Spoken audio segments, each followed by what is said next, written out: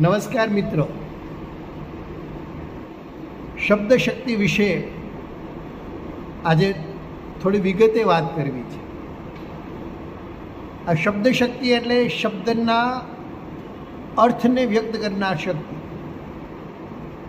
અને ત્રણ છે, મુખ્ય ત્રણ છે. શબ્દ તમે બોલો અને એનો અર્થ તમને સમજાય. તે કઈ રીતે સમજાયો? શબ્દમાં એવું શું છે કે જે તમને એના અર્થથી અભિજ્ઞ કરે? એ અર્થને વ્યક્ત કરનારી જે શક્તિ છે એને સાહિત્ય વિવેચનમાં મીમાંસકો શબ્દ શક્તિ કહે છે.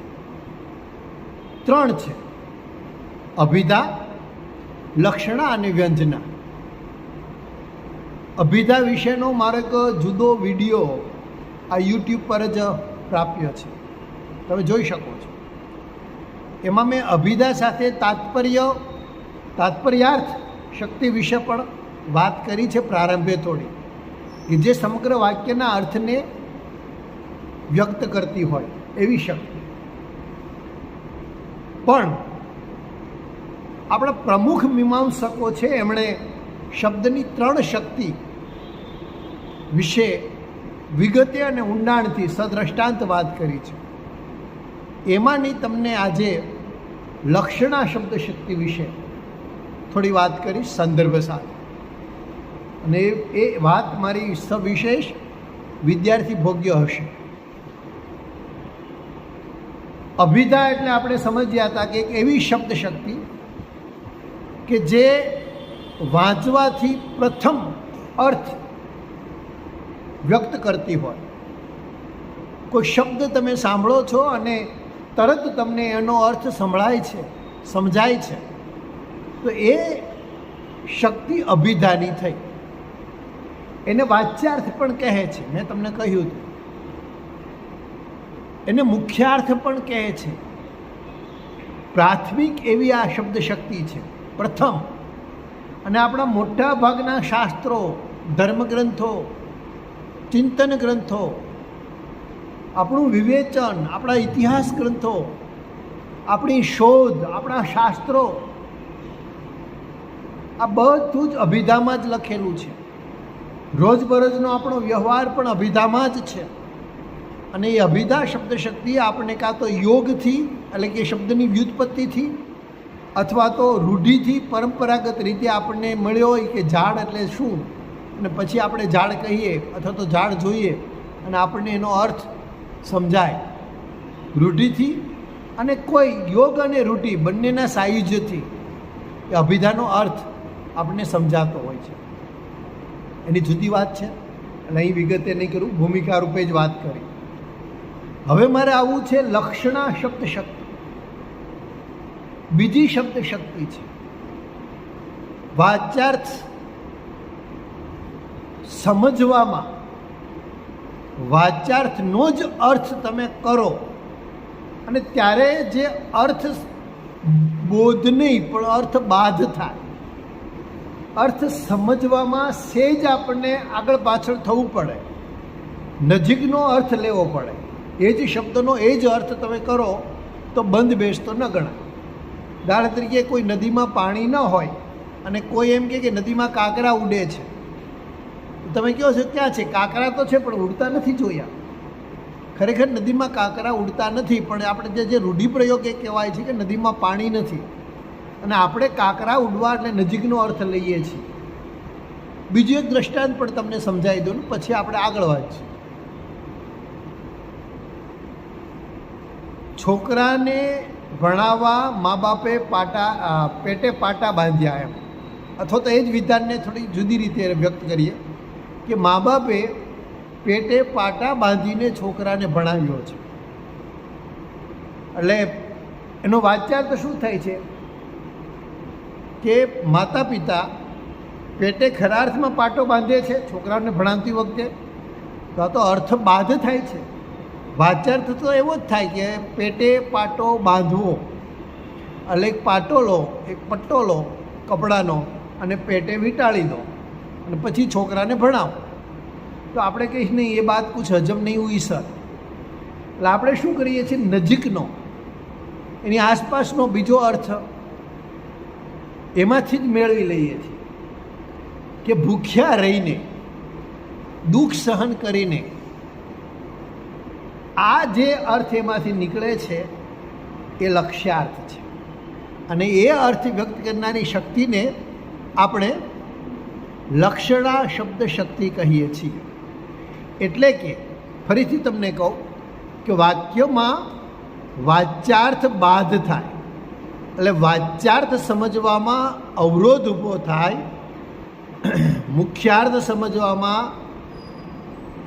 સ્પષ્ટ અર્થ ન નીકળે અને અવરોધ ઊભો થાય, એટલે આપણે અર્થ મેળવવા માટે એનો વાચ્યાર્થ છોડી દઈએ છીએ. અને વાચ્યાર્થ છોડ્યા પછી નજીકનો વાક્યમાં બંધ બેસતો અને અનુરૂપ જે કહેવાનું છે એ અર્થને વ્યક્ત કરે એવો એક અર્થ આપણે સ્વીકારીએ છીએ તો એ લક્ષ્યાર્થ છે. આવો જે લક્ષ્યાર્થ વ્યક્ત કરે ને મિત્રો, એ શબ્દ શક્તિ છે. અને એ શબ્દ શક્તિ કઈ છે તો એ લક્ષણ છે. એ શબ્દ શક્તિને લક્ષણ, અને લક્ષણ ઉપરથી પછી લક્ષણા શબ્દ શક્તિ એવો શબ્દ સ્વીકૃત બન્યો. વાક્યમાં લક્ષ્યાર્થ પ્રગટ કરનારી જે શક્તિ છે શબ્દને લાક્ષણિક કહેવાય અને એ શક્તિને શબ્દ શક્તિ કહે છે.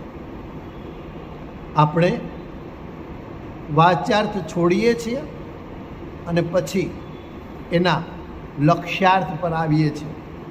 એટલે કે વાક્યમાં રહેલો એવો શબ્દ જે વાચ્યાર્થ, મુખ્ય અર્થ, પ્રથમ અર્થ સમજવામાં અવરોધ ઊભો કરે. બે દ્રષ્ટાંત આપ્યા, ત્રીજો પણ આપી શકું. કોઈ સભામાં માણસો ન હોય અને એમ કહેવામાં આવે કે ભાઈ સભામાં કાગડા ઉડે છે. એક પણ કાગડો તમને ઉડતો ન જોવા મળે, છતાંય તમે કહો છો. વાચ્યાર્થ તો એવો થયો કે ખરેખર સભામાં ક્યાં કાગડા ઉડે છે. કોઈ નવો સવો પરભાષી વ્યક્તિ, જર્મન હોય કે અંગ્રેજ હોય, એ ગુજરાતી શીખ્યો છે અને એને તમે કોઈ સભામાં લઈ ગયા છો અને કોઈ પણ માણસ નથી, ત્યારે તમે સહજ રીતે જે ભાષાથી ને જે રૂઢિપ્રયોગોથી ટેવાયા છો અને તમારાથી એમ બોલાઈ જાય કે ઓહ જો તો ખરા સભામાં તો કાગડા ઉડે છે. એટલે પેલો પરભાષી એ કાગડાનો અર્થ કાગડો જ કરશે કે વેર ઇઝ ક્રો, કાગડો ક્યાં છે, સીધું એમ જ પૂછશે તમને. મને તો નથી દેખાતા ઉડતા. પછી આપણે એને લક્ષણાથી અર્થ સમજાવવો પડશે. તો આ લક્ષણા શબ્દ શક્તિ છે. હવે લક્ષણા શબ્દ શક્તિને વિશેષ આમ સ્પષ્ટ રીતે સમજવું હોય ને તો એના પ્રકારોમાં જવું પડે. મુખ્ય બે પ્રકાર છે. આપણે પ્રકાર પર જ આવી જઈએ. એક પ્રકાર છે શુદ્ધા લક્ષણા શબ્દ શક્તિ, શુદ્ધા લક્ષણા. અને બીજો પ્રકાર છે ગૌણી લક્ષણા. શુદ્ધા લક્ષણા અને ગૌણી લક્ષણા શબ્દ શક્તિ છે એટલે તમે શુદ્ધા લક્ષણા શબ્દ શક્તિ લખો તોય ચાલશે અને માત્ર શુદ્ધા લક્ષણા લખશો તોય ચાલશે. ગૌણી લક્ષણા શબ્દ શક્તિ લખશો તોય ચાલશે અને માત્ર ગૌણી લક્ષણા કહેશો તોય ચાલશે. તો આ શુદ્ધા લક્ષણા અને ગૌણી લક્ષણા બે યાદ રાખવાનું. એકને કેમ ભાઈ શુદ્ધા કહે છે અને બીજાને કેમ ગૌણી કહે છે, તો એનો પણ અર્થ છે શુદ્ધાનો અને ગૌણીનો. શુદ્ધામાં જે ઉપમેય અને ઉપમાન, એટલે કે એક વસ્તુને બીજી વસ્તુ સાથે સરખાવવામાં આવી છે. વિષય અને વિષય તમે એમ કહી શકો, ઉપમેય અને ઉપમાન એમ પણ કહી શકાય. તો એક વસ્તુને બીજી વસ્તુ સાથે સરખાવવામાં આવી છે તો એ બંને વચ્ચે કોઈ સાદૃશ્યતાનો સંબંધ નથી, સારૂપ્યનો સંબંધ નથી. એમાં કંઈક ગુણ વિશેષ છે અને પરિણામે એ બેવને એકને વિકલ્પે બીજું પ્રયોજાયું છે એવું નથી. ખરી વાત છે. એટલે આમાં બે વચ્ચેનો મુખ્ય ભેદ આ છે. એટલું માત્ર સમજી લેશો તો પછી પ્રકાર ને પેટા પ્રકાર પણ તમને સમજાઈ જશે. શુદ્ધાલક્ષણા એટલે નર્યું અને શુદ્ધ, કોઈ ભેળસેળ નહીં. કોઈ આના ગુણ આમાં આરોપિત થયા છે, આના ગુણ આમાં ભળી ગયા છે, નથિંગ એલ્સ, કશું જ નહીં. પ્યોર, સ્વતંત્ર પોતાનો જ અર્થ ધરાવે છે. આ શુદ્ધાલક્ષણા છે. ગૌણી લક્ષણાને તમને કહી દઉં સમજવા માટે, પછી થોડી વિગત એ પ્રકારોમાંના પણ પેટા પ્રકારો છે એમાં જઈએ. ગૌણી લક્ષણા એટલે ગુણ. ગૌણ એટલે સેકન્ડરી નહીં, પ્રાઇમરી અને સેકન્ડરી આપણે કહીએ ને, અભિધામાં આપણે કીધું તો પ્રાઇમરી મિનિંગ, પ્રથમ અર્થ, પ્રાથમિક અર્થ. અહીં સેકન્ડરી એ અર્થની બાબતમાં ઠીક છે, પણ ગૌણ, જ્યારે ગૌણી કહીએ છીએ ત્યારે ગૌણીનો અર્થ ગૌણ નથી થતું, સેકન્ડરી નથી થતું, સબસિડરી નથી થતું. ગૌણમાં ગુણ સમાયેલો છે. હવે જો આપણે શુદ્ધામાં શું જોયું હતું, શુદ્ધાલક્ષણામાં કે ઉપમેય અને ઉપમેય, ઉપમાન, વિષય અને વિષય, આ બંને વચ્ચે સારૂપ્ય નથી, સાદૃશ્યતા નથી, કોઈ પણ સંબંધ નથી સરખામણીનો. પરંપરાથી એટલે અથવા તો પૂર્વસૂરીએ નિશ્ચિત કર્યો છે, પરિણામે આપણે શબ્દ મૂકીએ છીએ. સરખામણીનો, ગુણનો કોઈ સંબંધ નથી. આ ગૌણી લક્ષણા એટલા માટે છે કે અહીંયા ગુણ છે, સાદૃશ્યતાનો ગુણ છે. હું સફેદ વસ્ત્ર કહું છું કે તમને કાં તો શાંતિનું પ્રતીક લાગશે, કાં તો કોઈ મરણનું સૂચક. કોઈ બેસણો હોય ને એમાં સફેદ સાડી પહેરીને સ્ત્રીઓ, હું માત્ર એટલું કહું, આ સફેદ સાડીઓ પહેરીને સ્ત્રીઓ જઈ રહી છે સભાખંડમાં, તો તમે એનો અર્થ કહેશો કે ભાઈ બેસણામાં જઈ રહી છે. તો સફેદ સાડી અને બેસણું અથવા તો મરણનો પ્રસંગ, એનું કંઈક સાદૃશ્યતા છે એમની વચ્ચે, સારૂપ્ય છે એ વચ્ચે, અને પરિણામે એક ગૌણી લક્ષણાનું દૃષ્ટાંત બને છે. Mind wave. ઓકે, એટલે આટલો તફાવત શુદ્ધાલક્ષણા અને ગૌણી લક્ષણા, આ બે વચ્ચેનો આટલો તફાવત તમે જોઈ જશો એટલે તમને ખ્યાલ આવી જશે. એટલે લક્ષણાના બે પ્રકાર, શુદ્ધાલક્ષણા અને ગૌણી લક્ષણા. શુદ્ધાલક્ષણાને જો શુદ્ધ શબ્દમાં સમજાવવું હોય તો એમ કહી શકાય કે વાચ્યાર્થ અને લક્ષ્યાર્થ. વાચ્યાર્થ એટલે ફર્સ્ટ મિનિંગ, પ્રાઇમરી મિનિંગ, પ્રાથમિક અર્થ. વાચ્યાર્થ અને લક્ષ્યાર્થ વચ્ચે સરખામણી સિવાયનો કોઈક સંબંધ હોય, સાદૃશ્યથી ઇતર એવો સંબંધ, ત્યારે તે શુદ્ધાલક્ષણા બને છે. એની વ્યાખ્યા થઈ ગઈ. ફરીથી બોલું, જ્યારે વાચ્યાર્થ અને લક્ષ્યાર્થ વચ્ચે સરખામણી સિવાયનો એટલે કે સાદૃશ્યતા વિનાનો બીજો કોઈ સંબંધ હોય, એટલે કે સાદૃશ્યતર, સાદૃશ્યથી ઇતર એવો સંબંધ હોય, ત્યારે તે શુદ્ધાલક્ષણાનું દૃષ્ટાંત બને છે. ગાંધી આશ્રમ સાબરમતી પર આવેલો છે. કરનાળી કે માલસર કે ચાણોદ નર્મદા નદી પર આવેલું છે, આમ આપણે કહીએ છીએ. એટલે આપણને નર્મદા નદી પર આવેલું છે એટલે આપણે કહીએ છીએ નર્મદા નદી ઉપર. પરનો અર્થ તો ઉપર થાય ને, તો આપણે તો ત્યાં અર્થમાં બાદ આવે છે. પ્રથમ અર્થ જે મળે છે નદી ઉપર આવેલું છે, પરનો અર્થ આપણે ઉપર કરીએ છીએ. ઉપર જ થાય ને, પર એટલે ઉપર. મારું ઘર રસ્તા પર આવેલું છે, તો વાહનો ક્યાંથી જશે આવો પ્રશ્ન થવો જોઈએ તમને. રસ્તા પર આવેલું છે, રસ્તા પર એટલે સાઈડમાંથી જાય છે, પણ આપણે એવો અર્થ નથી કરતો, પ્રથમ અર્થ નથી જ સ્વીકારતા.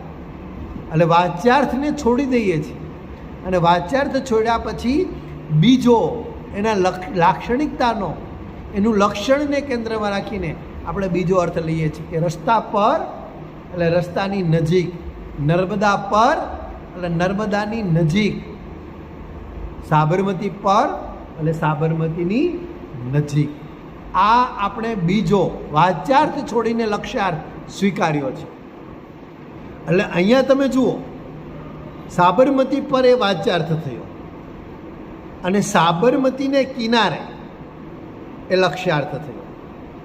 હવે આ પર અને બાજુમાં એની વચ્ચે બંનેનો અર્થ જુદો છે. હું એમ કહું, મારા ઉપર અથવા તો આ વર્ગની ઉપર બીજો એક વર્ગ છે અને આ વર્ગની બાજુમાં બીજો વર્ગ છે, તો બંનેના અર્થ વાચ્યાર્થમાં બદલાઈ જાય છે. રાઈટ? બંનેનો અર્થ વાચ્યાર્થમાં બદલાઈ જાય છે. પણ અહીંયા તમે જુઓ, વાચ્યાર્થનો અર્થ બદલાતા આપણને વાચ્યાર્થ બાધ થાય છે, અવરોધ ઊભો થાય છે. એટલે આપણે નજીકનો અર્થ લીધો કે ઉપર એટલે બાજુ, નદી કિનારે, રસ્તાની બાજુમાં. આ અર્થ આપણે લીધો.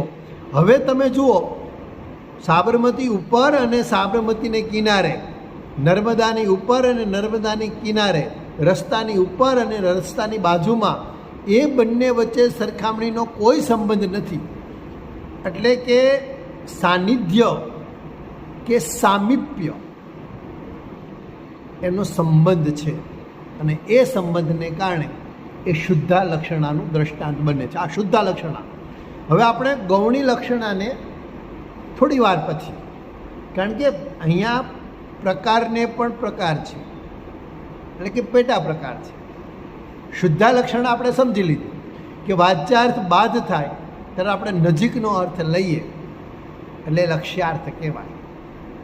પણ હવે આ લક્ષણા શબ્દ શક્તિનો પ્રથમ પ્રકાર શુદ્ધા લક્ષણા, કે જેમાં સામીપ્યનો કે સાદૃશ્યતાનો સંબંધ નથી, એ સિવાયના કોઈ બીજા સંબંધથી આપણે અર્થ પ્રાપ્તિ કરીએ છીએ, એ શુદ્ધા લક્ષણાના બીજા 4 પ્રકાર છે, પેટા પ્રકાર.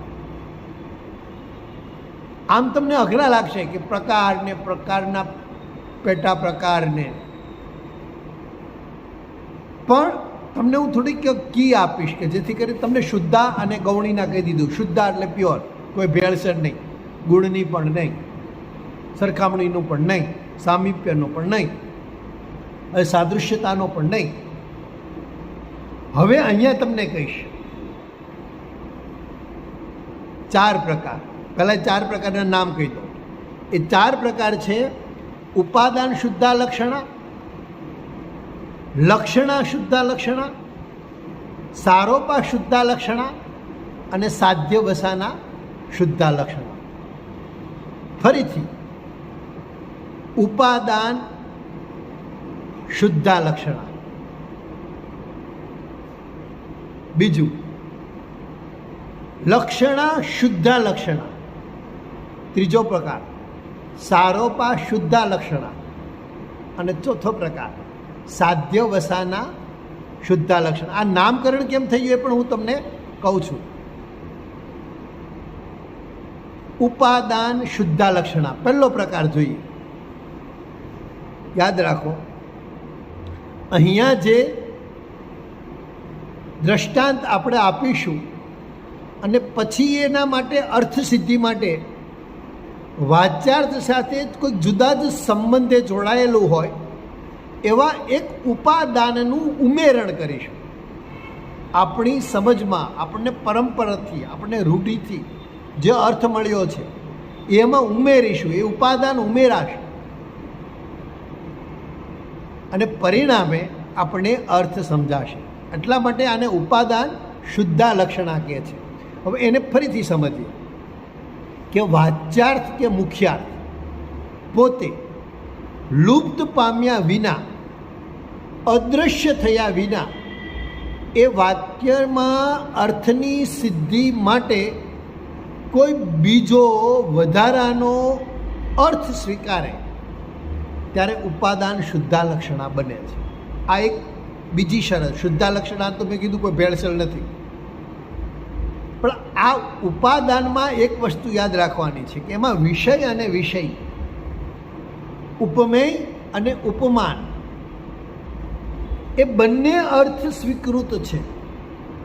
એટલે પ્રથમ જે છે વાચ્યાર્થ છે એની બાદબાકી આપણે કરતા નથી, એ પણ સ્વીકારીએ છીએ. અને પછી એક વિશેષ એવો લાક્ષણિક અર્થ પણ સ્વીકારીએ છીએ. એટલે વાચ્યાર્થ, અભિધાનો અર્થ બાદ કર્યા વિના લક્ષણાને સ્વીકારવામાં આવે તો એ ઉપાદાન શુદ્ધા લક્ષણાનું દ્રષ્ટાંત બને. આપણે એને જરા જુદી રીતે સમજીએ. આ પ્રકારની જે લક્ષણા છે એ મેં તમને કહ્યું જ છે કે લક્ષણાના આ 4 પ્રકાર અને ગૌણી શુદ્ધા લક્ષણાના 2 પ્રકાર છે. અત્યારથી જ કહી દો, એટલે મેન્ટલી પ્રિપેર થઈ છે. ગૌણી લક્ષણાના 2 પ્રકાર છે. એટલે એ 4 અને આ 2 6 ક્યાંય સરખામણીનો સંબંધ નથી. અને 6 પ્રકારમાં તમારે વિધાન લખવાનું કે અહીંયા ઉપમેય અને ઉપમાન કે વિષય અને વિષય વચ્ચે કોઈ સરખામણીનો સાદૃશ્યતાનો સંબંધ નથી. આવું એક વાક્ય 6 પ્રકારમાં લખી નાખવાનું. અત્યારથી જ કહી દો. કોઈ વાચ્યાર્થનો લોપ થતો નથી. એ આ ઉપાદાન શુદ્ધા લક્ષણાની વિશેષતા, આઈડેન્ટિટી છે, વિશેષ ઓળખ છે, ખાસ ઓળખ. એનાથી અન્ય લક્ષણા શબ્દશક્તિથી જુદો પડે છે. અહીંયા ઉપાદાન શુદ્ધા લક્ષણામાં વાચ્યાર્થની બાદબાકી નથી થતી, પ્રથમ અર્થની બાદબાકી નથી થતી. એ પ્રથમ અર્થને પણ સ્વીકારીએ છીએ અને બીજા અર્થને પણ આપણે સ્વીકારીએ છીએ. એના દૃષ્ટાંત પણ તમને આપીશ. મેં તમને કીધું એમ વાચ્યાર્થ સાથે સંબંધિત એવા કોઈ ઉપાદાનનું ઉમેરણ આ ઉપાદાન શુદ્ધા લક્ષણામાં કરવામાં આવે છે. એક દૃષ્ટાંત આપો, જે પ્રારંભે મેં આપ્યું હતું એ ફરીથી ઉલ્લેખ. સફેદ સાડીઓ કોઈ સભાખંડ તરફ જઈ રહી છે. શું કહેશો તમે? સફેદ સાડીઓ, સાડી તો નિર્જીવ છે, એ ચાલી શકે, એ જાતે જઈ શકે. તેનો અર્થ શું થયો? શું કરશો તમે? સફેદ સાડી એ વાચ્યાર્થ છે. હવે તમે નજીકનો એટલે કે લક્ષ્યાર્થ શું લો છો? સફેદ સાડી પહેરેલી સ્ત્રી. સી, આપણે જે એની કન્ડિશન્સ છે એને સાથે લઈ અને આને સમજતા જઈશું. સફેદ સાડીઓ સભાખંડ તરફ જઈ રહી છે. સફેદ સાડીઓ જાતે જતી નથી, એટલે અર્થ બાધ થાય છે, કારણ કે નિર્જીવ છે.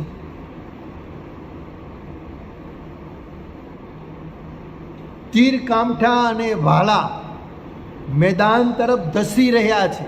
ઓહો, તીર કામઠા અને ભાલાને પગ છે, એ કઈ રીતે જઈ રહ્યા છે પ્રશ્ન થવો જોઈએ. એટલે વાચ્યાર્થ બાદ થયો. હવે આપણે એની નજીકનો લક્ષ્યાર્થ રહી છે. સફેદ સાડી પહેરેલી સ્ત્રીઓ જઈ રહી. હવે તમે જુઓ, મેં તમને કીધું ને, વિષય અને વિષય, ઉપમેય અને ઉપમાન બંનેનો સ્વીકાર. સફેદ સાડીની બાદબાકી કરી નાખો, કરતા નથી. સફેદ સાડી પહેરેલી સ્ત્રી, એટલે સ્ત્રી એ ઉપાદાન ઉમેરાયું. અહીંયા તીરકામઠા અને ભાલા લઈને જતા સૈનિકો, અહીં સૈનિકોએ ઉપાદાન ઉમેરાયું. આ ઉપાદાન શુદ્ધા લક્ષણા છે, એટલે એને ઉપાદાન શુદ્ધા લક્ષણા કહે છે. એ ઉમેરાયું છે અને પરિણામે આપણે એમ કહીએ છીએ કે સફેદ સાડી પહેરીને સ્ત્રીઓ સભાખંડ તરફ જઈ રહી છે, અથવા તો ભાલા તીરકામઠા લઈને સૈનિકો, યોદ્ધાઓ, લડવૈયાઓ, કોઈ પણ શબ્દ મૂકો, યુદ્ધ મેદાન તરફ જઈ રહ્યા છે. ભાલાની બાદબાકી નથી, તીરકામઠાની બાદબાકી નથી, સફેદ સાડીની બાદબાકી નથી. સફેદ ટોપીઓ આવી રહી છે. એનો અર્થ છે કે સફેદ ટોપી પહેરીને ગાંધીવાદી વિચારવાળા લોકો આવી રહ્યા છે. એટલે વિષય અને વિષય બંનેનો સ્વીકાર. રાઈટ? હવે તમે જુઓ, બીજું દ્રષ્ટાંત આપું તમને. આમાં જ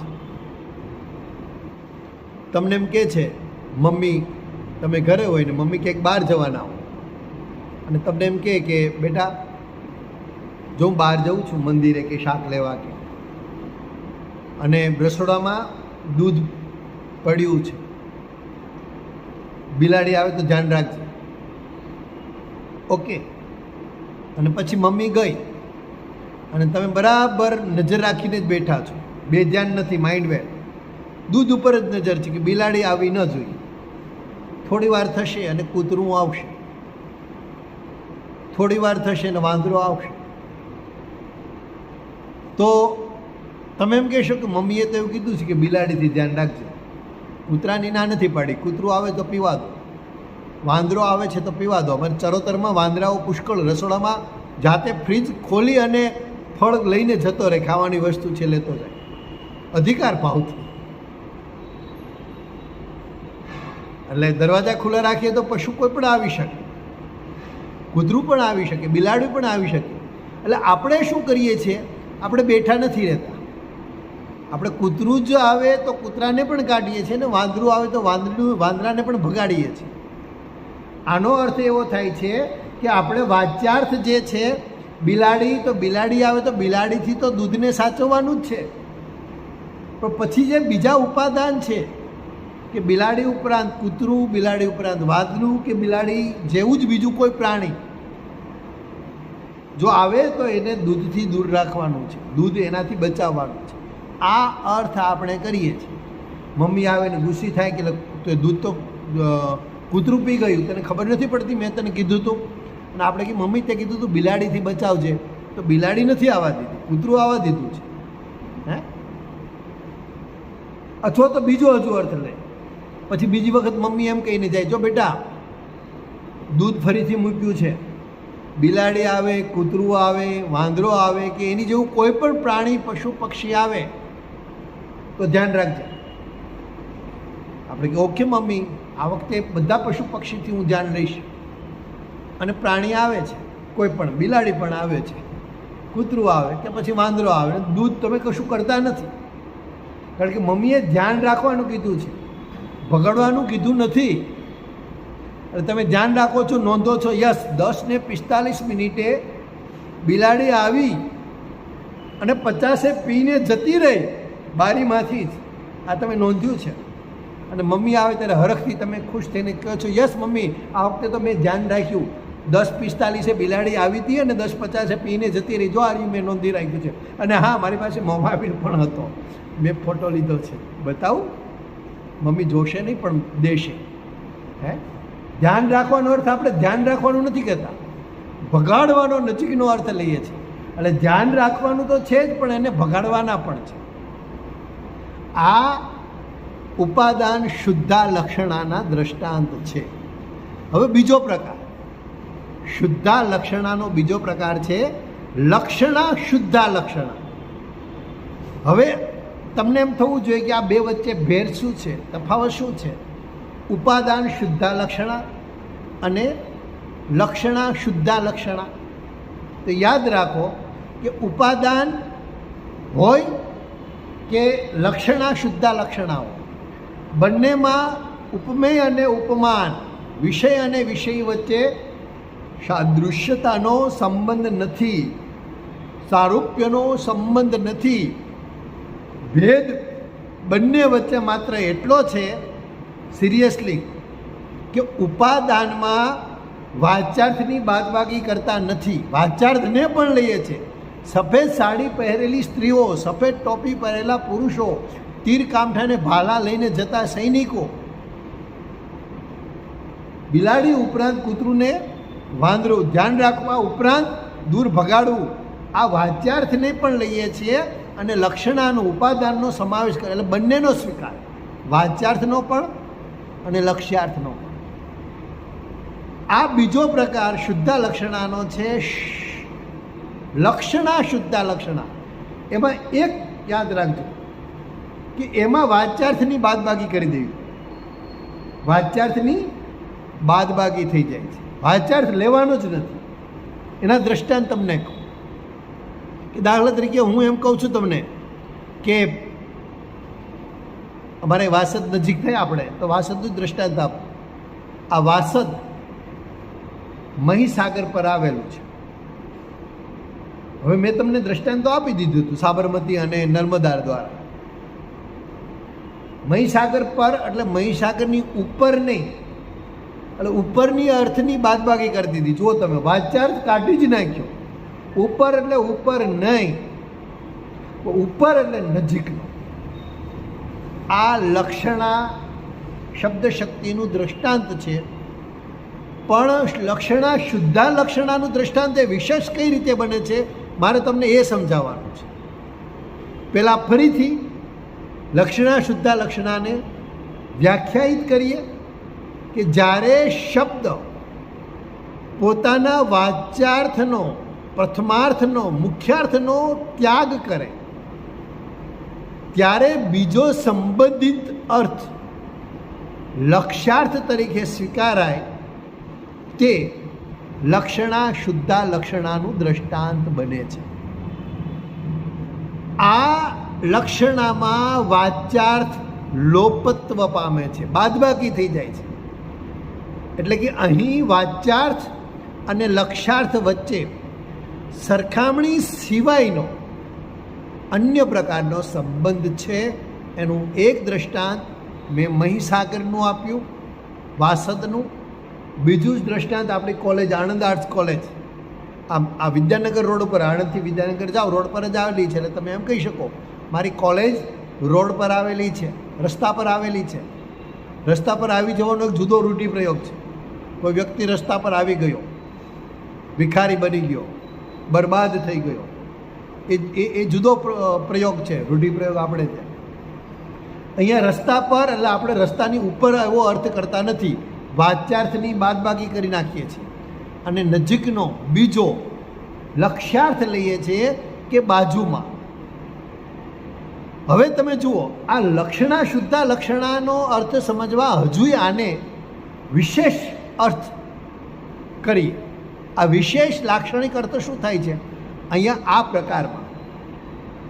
મહીસાગર પર વાસદ આવેલું છે એનો અર્થ છે કે કુદરતી વાતાવરણ છે, પ્રમાણમાં ગરમી ઓછી પડે છે, શીતળ હવા નદી પરથી થઈને આવે છે. ત્રીજું ગ્રીનરી છે. ચોથું નદી હોય એટલે નારિયેળી જ હોય એવું જરૂરી નથી. નદી કિનારે નારિયેળી, નદી કિનારે મંદિર પણ હોય છે, ફરવાના સ્થળો પણ હોય છે. તો આવા ફરવાના એટલે પવિત્ર વાતાવરણ, નદીને આપણે પવિત્રતા સાથે જોડાયેલી છે, જોડીએ છીએ. એટલે પવિત્ર, શાંત, ધાર્મિક અને સ્વચ્છ એવું વાતાવરણ તમને સુલભ બનશે, અમને સુલભ છે. આવો એક વિશેષ લાક્ષણિક અર્થ આપણે મેળવીએ છીએ. એ લક્ષણા શુદ્ધા લક્ષણાનું દૃષ્ટાંત છે. મારી કોલેજ વિદ્યાનગર રોડ પર રસ્તા પર આવેલી છે એનો અર્થ, વિશેષ અર્થ એવો કરીએ, પહેલો અર્થ કહીએ છીએ કે બાજુમાં, પણ વિશેષ અર્થ એવો કરીએ છીએ કે તમને આવવામાં સરળતા રહેશે, તમારે સ્પેશિયલ વાહન નહીં કરવું પડે, શટલ રિક્ષામાં પણ તમે આવી શકશો ઓછા ભાડામાં. ત્રીજું, તમારે કોઈને પૂછવું નહીં પડે, વેલ લોકેશન છે, ઓન રોડ છે એટલે ઇઝી ટુ રીચ છે. ત્રીજું, તમારે પછી કાચા રસ્તા પર નહીં ચાલવું પડે, ઉતર્યા પછી દૂર થોડે સુધી નહીં ચાલીને જવું પડે, તમારું વાહન પણ સીધું જ આવી શકશે કેમ્પસમાં. આવા કેટલા અર્થો એમાં છુપાયેલા છે. આ અર્થો મેં તમને કહ્યું તેમ વિશેષ અર્થો છે અને શુદ્ધા લક્ષણા, શુદ્ધાના લક્ષણો, શુદ્ધા લક્ષણા, લક્ષણા શુદ્ધા લક્ષણાના દૃષ્ટાંત છે. ઓકે, હવે બે પ્રકાર રહ્યા. પહેલું ઉપાદાન શુદ્ધા લક્ષણા, જેમાં વાચ્યાર્થ પણ સ્વીકારીએ છીએ, લક્ષ્યાર્થ પણ સ્વીકારીએ છીએ. બીજો પ્રકાર શુદ્ધા લક્ષણા, શુદ્ધા, એમાં શુદ્ધ જ લક્ષણા, વાચ્યાર્થ નહીં, વાચ્યાર્થની બાદબાકી, એટલે એને શુદ્ધ કહે છે. પ્યોર, પ્યોરમાં પણ પ્યોર, પ્યોરેસ્ટ, શુદ્ધોત્તમ એમ. એટલે એમાં વાચ્યાર્થ લેવા, વાચ્યાર્થની પણ બાદબાકી.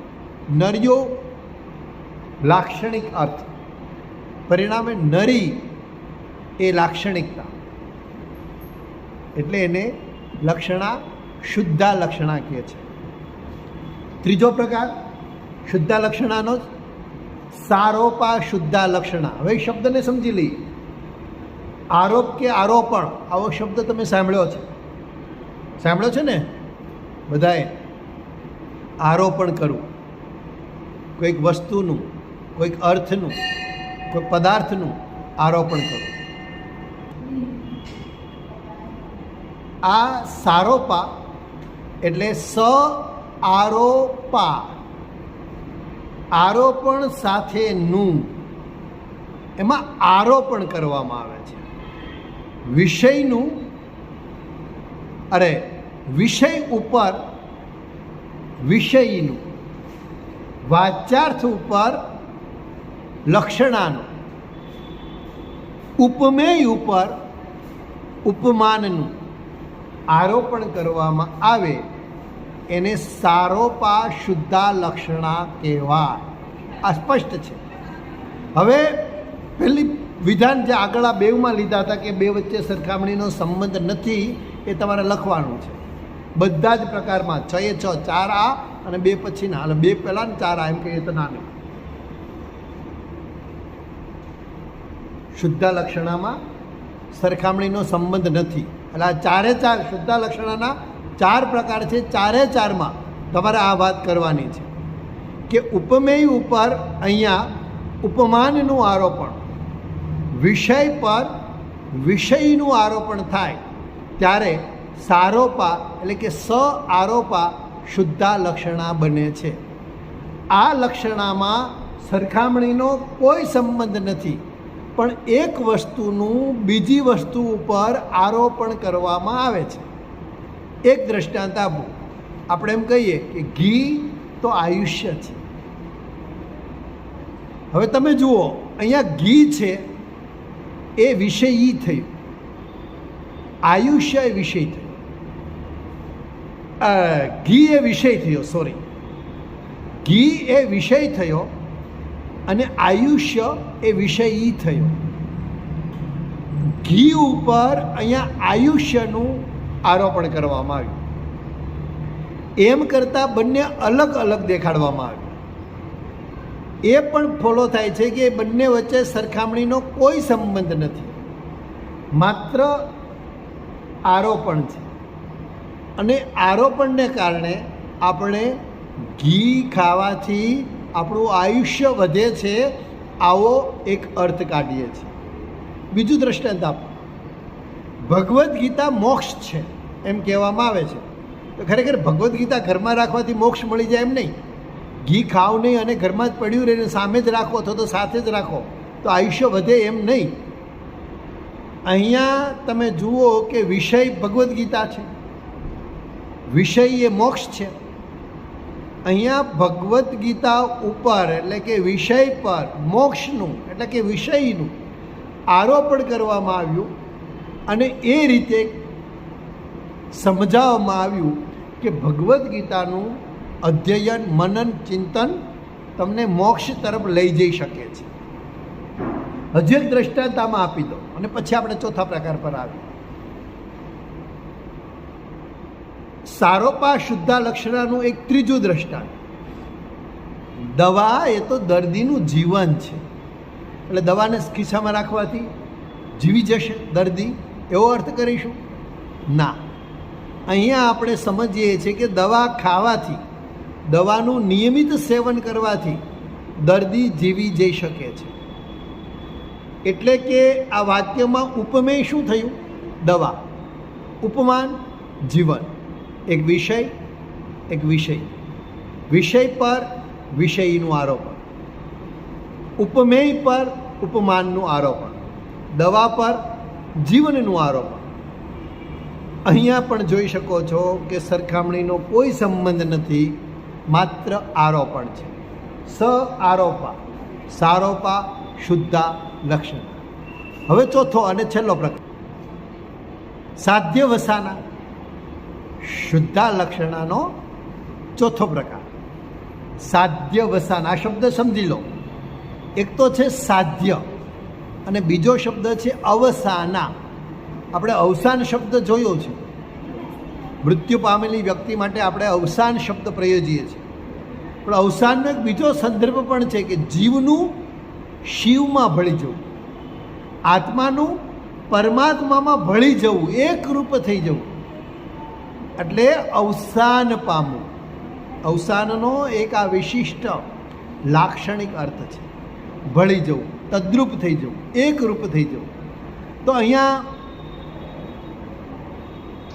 સાધ્ય વસાના શુદ્ધાલક્ષણામાં વિષય અને વિષયનું, ઉપમેય અને ઉપમાનનું ભળી જવું કેન્દ્રમાં છે, એકરૂપ બની જવું કેન્દ્રમાં છે.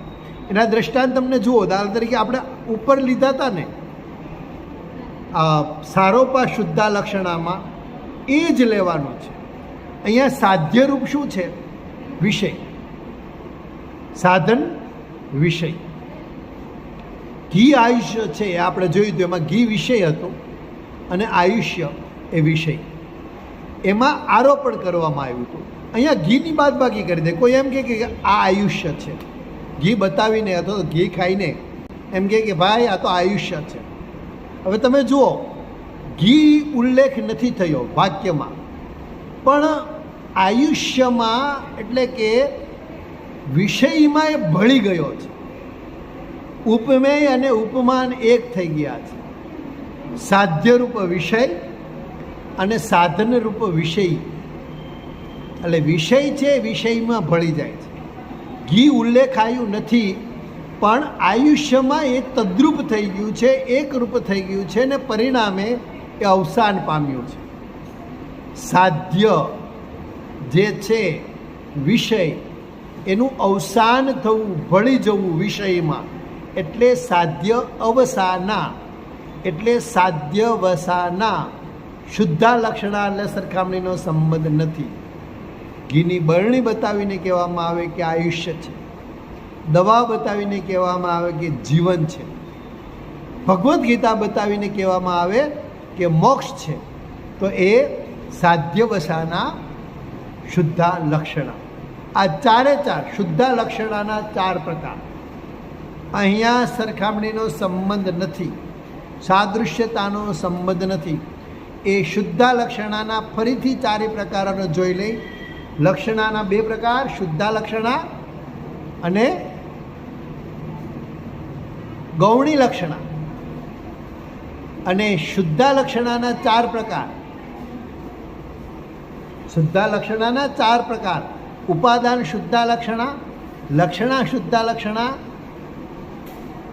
ત્રીજો પ્રકાર કયો? સારોપા શુદ્ધાલક્ષણા, અને ચોથો સાધ્યવસાના શુદ્ધાલક્ષણા.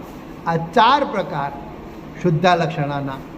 હવે બાકીના બે પ્રકાર ગૌણી લક્ષણા, એની વાત પણ આપણે કરી. ગૌણી લક્ષણા અને એના પ્રકારની.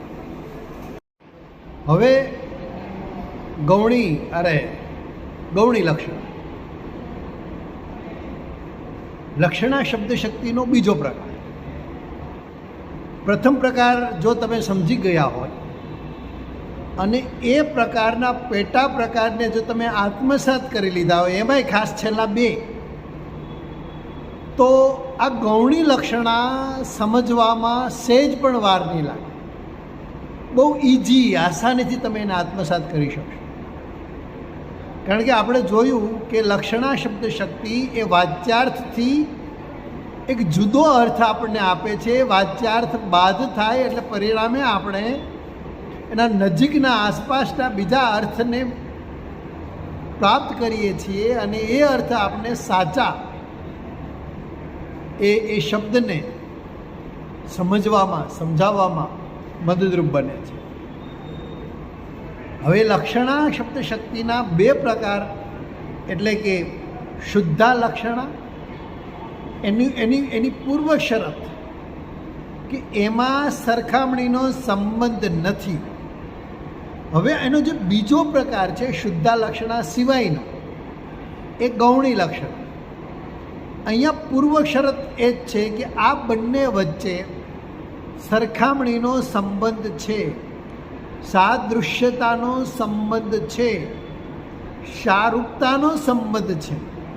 કોની વચ્ચે? વિષય અને વિષય, ઉપમેય અને ઉપમાન, વાચ્યાર્થ અને લક્ષ્યાર્થ.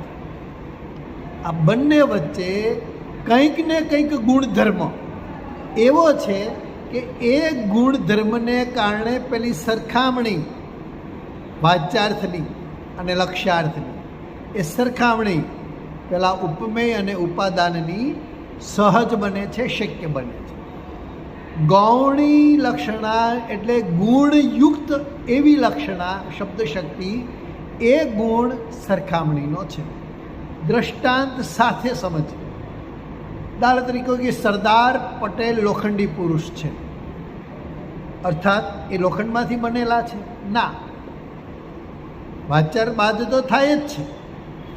એટલે આપણે લક્ષણામાં આવીએ છીએ, લક્ષણાનો અર્થ સ્વીકારીએ છીએ. લોખંડી પુરુષ એટલે એવા પુરુષ કે લોખંડ જેવા સશક્ત, મજબૂત, strong, the iron man of India એમ આપણે કહીએ છીએ. લોખંડી પુરુષ એટલે લોખંડનો ગુણધર્મ છે. એ ગુણધર્મ આપણે સરદાર પટેલમાં લગાડીએ છીએ, આરોપિત કરીએ છીએ. સરદાર પટેલનું હૃદય વજ્રનું હતું, અથવા તો દમયંતીનું હૃદય પુષ્પસમૂહ હતું, પુષ્પનું હતું, કમળ સરીખું હતું. તો કમળનો, પુષ્પનો, નાજુકતાનો, કુમાશનો જે ગુણ છે એ દમયંતીમાં લગાડીએ છીએ. વજ્રની સખ્તાઈનો ગુણ સરદાર પટેલ પર આરોપિત કરીએ છીએ. આ જ અર્થમાં આપણે હવે એના પ્રકારને જોઈશું. ગૌણી લક્ષણાના બે પ્રકાર છે.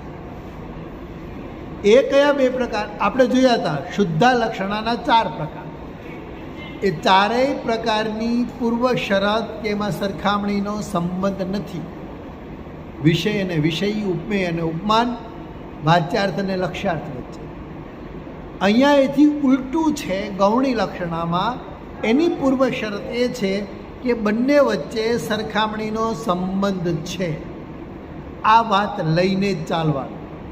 હવે જો પહેલાં 4 પ્રકાર શુદ્ધા લક્ષણાના તમને યાદ હોય, એ શુદ્ધા લક્ષણાના 4 પ્રકાર એટલે ઉપાદાન શુદ્ધા લક્ષણા, લક્ષણા શુદ્ધા લક્ષણા, સારોપા શુદ્ધા લક્ષણા અને સાધ્યવસાના શુદ્ધા લક્ષણા. તો એ 4ના છેલ્લા 2 પ્રકાર છે એને અહીંયા લેવાના છે. સારોપા અને સાધ્યવસાના. પછીનું જે એની પાછળના શબ્દો છે બદલાઈ જશે.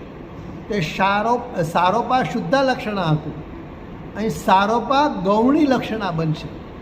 ત્યાં સાધ્યવસાના શુદ્ધા લક્ષણા હતું, અહીં સાધ્યવસાના ગૌણી લક્ષણા બનશે. એટલે છેલ્લા 2 પ્રકાર જે શુદ્ધા લક્ષણાના હતા એ જ અહીંયા ગૌણી લક્ષણાના પ્રકાર તરીકે આવે છે. પણ બંને વચ્ચેનો ફેર એટલો જ છે, ત્યાં સરખામણીનો સંબંધ નહોતો, અહીંયા સરખામણીનો સંબંધ છે. અહીં કોઈક એવો ગુણધર્મ છે જે બંનેને જોડે છે. આપણે જોઈએ હવે આ સારોપા શુદ્ધા લક્ષણાના દ્રષ્ટાંત. આપણે જોયું હતું કે નર્મદ સિંહ હતો એમ કહીએ છીએ. તે નર્મદ એ વિષય થયો, સિંહ થયો એ વિષય થયો. એટલે કે સિંહના ગુણોનું આરોપણ નર્મદ પર કરવામાં આવ્યું. સારોપા શુદ્ધા લક્ષણ, આ એનો પહેલો પ્રકાર. સારોપા ગૌણી લક્ષણા, ગૌણી લક્ષણાનો પહેલો પ્રકાર. એટલે આપણે જોયું હતું કે સારોપા શુદ્ધા લક્ષણાની જેમ જ એક વસ્તુનું બીજા પર એટલે કે વિષયનું વિષય પર આરોપણ કરવામાં આવે છે. એમ કરતાં અહીં વિષય અને વિષયને અલગ બતાવતા વાચ્યાર્થ અને લક્ષ્યાર્થ વચ્ચે સરખામણીનો સંબંધ સૂચવાય છે. અને આ પ્રકારની લક્ષણામાં સાદૃશ્ય એટલે કે સરખામણીથી વિષય અને વિષયના ગુણોનું આરોપણ કરવામાં આવે છે. કેટલીક વાત હું સહેતુ કેટલા માટે પુનરાવર્તન કરું છું કે આ આવર્તનોથી સ્મૃતિ શાર્પ બને, એ યાદ ભોગ્ય બને, એને સરળતાથી યાદ રાખી શકાય. પરિણામે મારી આરોપણ કરવાની આ આદત તમને ખ્યાલ છે, સતત એ પુનરાવર્તન થતું રહે અને સતત તમને એની પરિચિતતા કેળવાતી રહે. આવા કેટલાય દ્રષ્ટાંતો તમે જોઈશો. સિંહમાં અને નર્મદમાં આપણે શેનું આરોપણ કર્યું? કયા ગુણ હતા? તો કે બળનું, સાહસનું, સ્વમાનનું.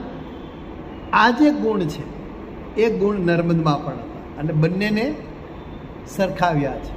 અને એ રીતે એ સારોપા સ આરોપણ, એકના ગુણનું આરોપણ બીજા પર કરવામાં આવે અને બંને વચ્ચે ગુણના સંબંધોથી એ જોડાય, ઓળખાય અને અર્થ પ્રાપ્તિ થાય તો એ સારોપા ગૌણી લક્ષણા છે. બીજા દ્રષ્ટાંત તમે કોઈ પણનું લઈ શકો, શકુંતલાને લઈ શકો, દમયંતીનું લઈ શકો, કોઈ કાલ્પનિક પાત્ર કે તમારા ચિત્તમાં હોય અડસપડસને એવા પાત્રને તમે લઈને તમે કહી શકો કે એમનું હૃદય પુષ્પનું હતું. આપણે ઘણી વખત કોઈ વ્યક્તિને કહીએ છીએ છોડો ને હવે એ તો ગધેડો છે, એટલે એને પૂંછડીને 4 પગ નથી.